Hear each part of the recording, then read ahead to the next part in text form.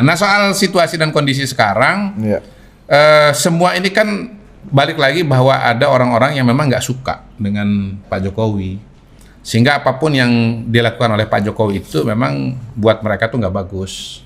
Saya barusan nonton di X penjelasan dari perspektif neuroscience ya. Kenapa orang itu susah sekali mengubah perspektifnya? Dokter Yu nih, bukan? Saya lupa namanya siapa, tapi ada perempuan cantik ya dan pinter.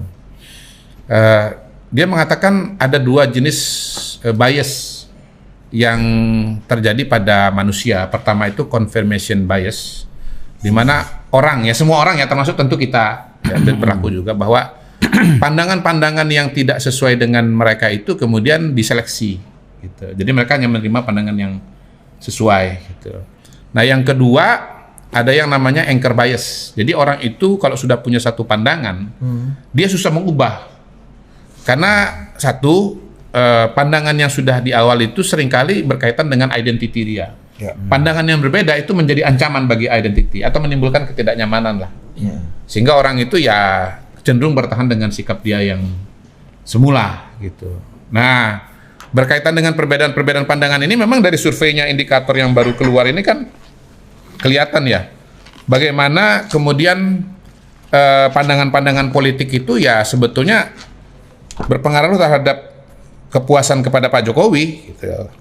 Kalau dia pilihannya kepada Anies Baswedan, maka hampir pasti tingkat kepuasannya kepada Jokowi itu rendah gitu. Dan sebaliknya kalau milih Prabowo, kepuasan kepada Jokowi itu tinggi. Nah, yang buat saya menarik adalah ternyata yang memilih Ganjar itu kepuasan kepada Pak Jokowi juga tinggi. Ini membuktikan teori Mr. Q itu, MQ Logic itu. MQ Logic terbukti membaca ini gimana?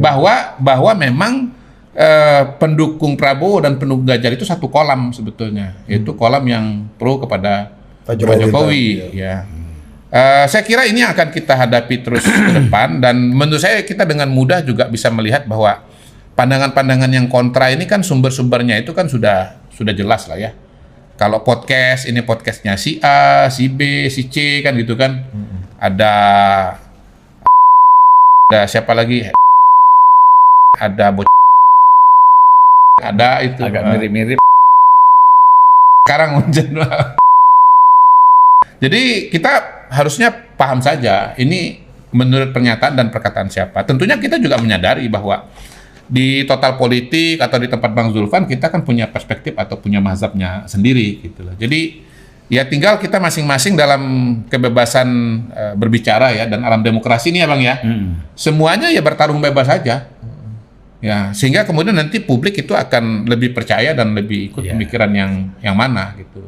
Ya saya sudah merasakan sendiri ya bagaimana memang tidak mudah untuk berbicara dengan teman-teman yang memang sudah punya pandangan yang berbeda. Saya kemarin waktu lagi di Penang, itu ada teman lama ya, mantan jurnalis yang tiba-tiba WA saya, dia kirim video saya di salah satu talk show yang judulnya itu kira-kira ya saya diserang lah ketika seorang penjilat masih membangun narasi seakan masih banyak pembela Jokowi. itu nyerang saya. Seakan masih banyak pembela Jokowi. Seakan masih banyak pembela Jokowi. Ya kan jawaban saya kan gampang aja. Coba lihat survei. Yang puas dengan Pak Jokowi, yang mendukung Pak Jokowi kan memang 75%. Tapi kan dikonstruksi bahwa saya ini masih membangun narasi seakan-akan masih banyak yang membela Jokowi. Faktanya kan yang membela Jokowi banyak. Ini saya bacain aja nih. Saya nggak usah sebut namanya ya. Rakyat banyak menderita. Yang bunuh diri saja tahun ini hampir 900 orang. Ini paling banyak dalam sejarah. Silakan Google. Saya wartawan hukum kriminal. Sadar banget ini akibat ekonomi yang sangat buruk. Abang pernah nggak omong dengan para supir ojol, supir angkot, gimana kondisi sekarang? Datangi petani dan lain-lain. Please deh, jangan terus menjilat Jokowi. Jadi dia marah atau menyebut saya menjilat kepada Jokowi. Ya. Please, pakai hatilah. Nah, saya jawab, titik-titik yang baik, kan gitu kan. Kita kan boleh beda pikiran kan, tapi secara pribadi kan tetap harus santun. Kawanku yang baik ini Di sini saya sebut namanya, Iya. tapi kan saya udah janji nggak nyebut namanya kan. Iya, sebut aja nanti kita bip. Nggak usah, jangan. Jadi ini kita mau baca inilah pola komunikasi yang terjadi pada level publik dan level personal. Iya. Ini ada paralelnya nih. Kenapa saya bacakan? Ini konteksnya itu ya. Bukan mau buka-bukaan soal teman ya, tapi ini contoh bagaimana cara berpikir itu kemudian memang posisi politik itu memang berpengaruh terhadap argumentasi yang dibangun. Saya jawab begini, titik-titik yang baik. Faktor penyebab bunuh diri itu kompleks.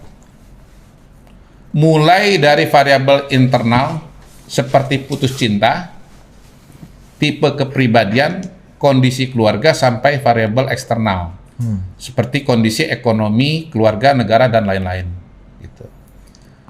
Kalau soal ekonomi, ini data-data di masa Presiden Jokowi. Pertumbuhan ekonomi rata-rata 5%, salah satu tertinggi di dunia, banyak negara lain di bawah itu. Menko Airlangga Hartarto wawancara di Kompas mengatakan rata-rata dunia ya 2-3%, berarti kita 2 kali lipat rata-rata dunia. Tingkat kemiskinan nasional turun dari 11 ke 9%, tingkat kemiskinan ekstrim turun dari 6% ke 0,8%, itu pun dengan adanya pandemi COVID-19. Periode 2020-2022 yang mendisrupsi aktivitas kehidupan dan ekonomi. Anyway, terima kasih untuk masukan dan sarannya. Jika tidak setuju dengan pendapat saya, monggo diabaikan. Terus terang selama ini saya nggak selalu menjawab ya, tapi kali ini saya jawab lah. Wajar jika pendapat dan pemikiran berbeda tanpa harus menyebut orang lain penjilat, dan pendapat sebaliknya adalah mutlak kebenaran. Vilayat ifaki tadi itu. Nah, dijawab lagi oleh beliau itu. Aduh abangku, masa masih membela sih banyak data dari rezim ini dimanipulasi low? Please deh. Gitu.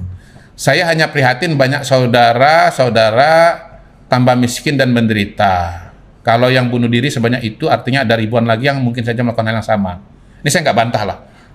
Data bunuh diri itu kan sesuatu yang nggak selalu terdata kan. Ya. Dan di negara maju banyak juga orang bunuh diri. Nanti abang tanggapin bang. Ini kita kasih lihat ya perbedaan cara berpikir bang ya. Hanya faktor waktu saja jika mereka tidak ada yang tolong. Kita kan bukan orang-orang baru yang melek politik dan hukum, tapi puluhan tahun memang lihat rezim ini paling kacau dari rezim yang ada. Maksud saya sudahlah jangan belain lagi Jokowi deh. Fakta, bukti banyak banget dan jadi sorotan dunia. KKN dia dengan anak-anaknya. Ya, saya mau WA abang karena saya tahu lebih intelektual daripada yang lain. Bla bla bla dan seterusnya. Hidup ini ada pertanggungjawaban loh, jangan hanya mikir dunia. Karena ada kehidupan kelak. Apapun dimintain tanggung jawab. Jawaban saya ya, pendek aja. Kalau nggak percaya data ya sudah, berhenti kita diskusi. Titik-titikku yang hebat. Kalau soal akhirat, pastilah kita memikul beban yang lain. Masih ada lagi, saya nggak lanjutin terlalu panjang. Maksud saya, biar pemirsa itu menilai dari katakanlah diskusi atau debat saya dengan beliau itu, cara berpikir yang lebih mengena bagi audiens itu yang mana. Tapi ya sebetulnya kan ini fenomena yang terjadi. Semua masalah Jokowi yang bertanggung jawab. Bayangkan bahwa angka bunuh diri yang beliau kutip tadi itu, ini gara-gara Jokowi ini. Gitu. Sementara saya kan berusaha menjelaskan bahwa persoalan bunuh diri itu variabelnya sangat kompleks, sangat beragam, bermacam-macam gitu. Nah, saya kira ini menggambarkan banyak persoalan lain ya, di mana semuanya disederhanakan menjadi salahnya Pak Jokowi. Jokowi. Sehingga Jokowi selama 10 tahun nggak punya warisan apa-apa.